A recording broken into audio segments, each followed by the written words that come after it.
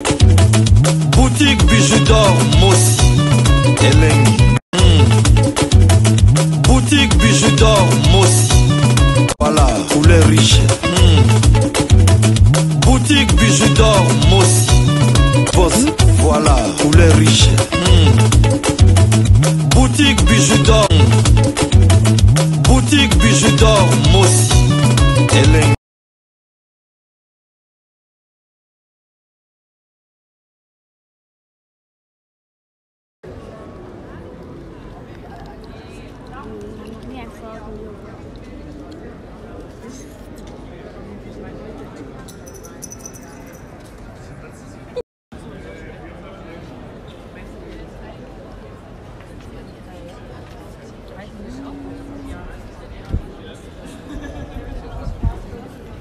Ich meine, das ist euer zweites. Oder du mal sagst, Kamille-Fännchen. Ja, Kamille-Fännchen ist so, wow. Ja. Aber wenn jemand maintenant,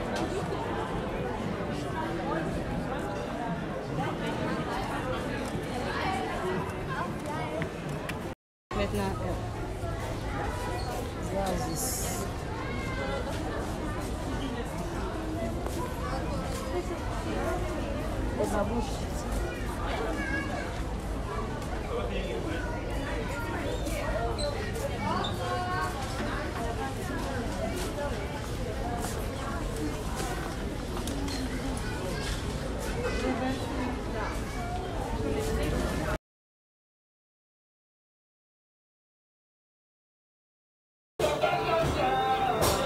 Appartement numéro 5, c'est ça. Appartement numéro 5, hein? Oh, maman, déjà, le bataille, elle a une chambre simple, hein? La chambre, la biseau simple, la chambre, moko ya monene. Chambre, la biseau simple, ya moyo. Chambre, la biseau simple, tu as la télévision. Et ça climatisé. Climatiseur, ya wana. Tu as la frigo. Mais tu as biseau ya ngoyo, et ça lui à 2 personnes. Tu tiens à moi kiti moko awa. C'est pour l'ingi wa mesa ba otie la table awa. C'est pour l'ingi ba longo la kiti oyo yo kaka. Appartement la biso yango eza propre makasi. Eza appartement ya $20 par jour. Donc chambre simple, il y a 2 personnes. C'est pour l'ingi boko ta 3 kaka bino parce que espace eza monene to koki kotia moi éponge awa na se. Et puis na tongo bolongo li éponge. Appartement de $20 par jour.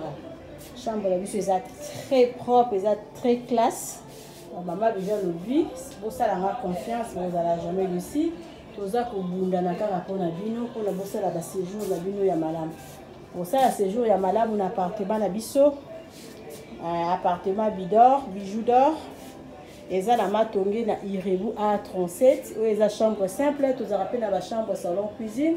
Tous appels à 2 chambres salon cuisine. Maman déjà le dit bon confie na biso. Beaucoup à la journée d'ici. Ah, il y a surtout qui toko. Contactez nga na numéro ko bimawana. Benga maman bijou ça la réservation à place na yo parce que la place na biso mingi est toujours occupée. Appartement au bozo mona ce que lingi comme 2 chambres. Tous à la porte moko ah, ils a caché to bomba yango. To ko fungola et puis to koti na chambre salon cuisine. Oh, il y a ma chambre simple, ils en ont $20. Ce que l'ingi complet, on surtout à $50 chaque jour. Mais maman bijou le but qu'on a prêté, benganga, on sait la réservation à place na yo que vous allez jamais dessus. À partir de 3 mois, tu quittes ça appartement à biso makasi. Appartement aux hommes on a $20. So que ça la partie à 3 mois 90 jours. So que là on a $15 par jour dans appartement oyo. Contactez maman bijou na zawana pour na bino 24 sur 24 heures. Bye.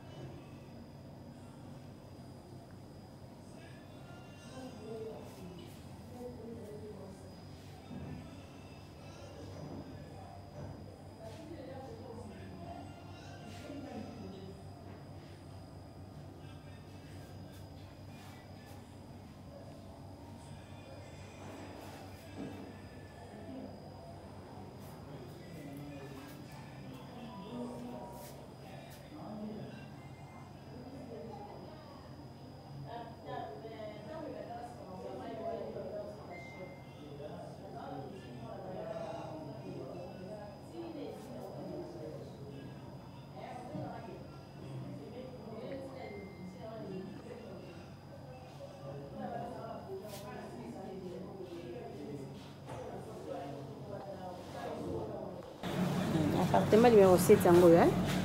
Moi véranda awa, ngoko tia moi deux kiti. Moi balcon yango yango ya appartement numéro 7.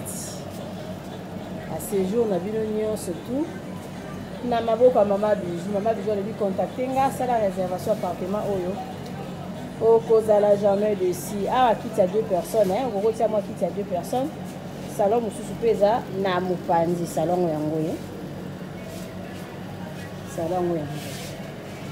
Bomoni ndenge eza ti kuna tokoki kovanda na bino appartement na biso tu ezali eza mpona bino eza na ba $15 soki oye kowumela tozwaka ngo na $10 appartement numéro 4 yango moto azali numéro 3 moto azali et puis numéro 5 yango wana suka moto azali baye. Oui, appartement numéro 7 appartement numéro 7 na biso yango yo. On a déjà le bibiso andi makambo biso andi musala quoi. Appartement numéro 7 le baka chambre simple chambre la biso za lit à deux personnes. Appartement la biso bomoni eza propre makasi Ok. Appartement où on a séjour, il y a belé. Il y a $15 à pamba. Donc, un bon meublé, quoi. Pour ta toilette, on met les propres. Bon, mon toilette, non. Et avec $15 à pamba, ce que ça a plus de 3 mois. À partir de 3 mois, on peut sa maman bijou kaka $15. Moins de 3 mois, on peut ça $20. Mais, kobanga na ote maman bijou solara bien quoi. Quand on a un bon moké ya kanamo. Tokozwa appartement numéro 7. Na biso yangoyo. Maman bijou a ndesuka. Ma lit les ana kati ya chambre, pardon. Benga maman bijou ça la réservation à chambre na yo oyo. Okozala jamais ici appartement numéro 7. Ils allaient à moi. Na bi malibanda na laksabino moi. Na laksabino moi véranda et si ko vanda. Merci. Et surtout, n'oubliez pas de cliquer la cloche de notification qui est juste à côté de abonner pour être notifié à chaque fois que je vais mettre une vidéo sur YouTube. En faisant ce petit geste, vous m'aidez non seulement et aider aussi ma chaîne à grandir. Alors mes abonnés, alors mes loulous, je compte sur vous. À bientôt.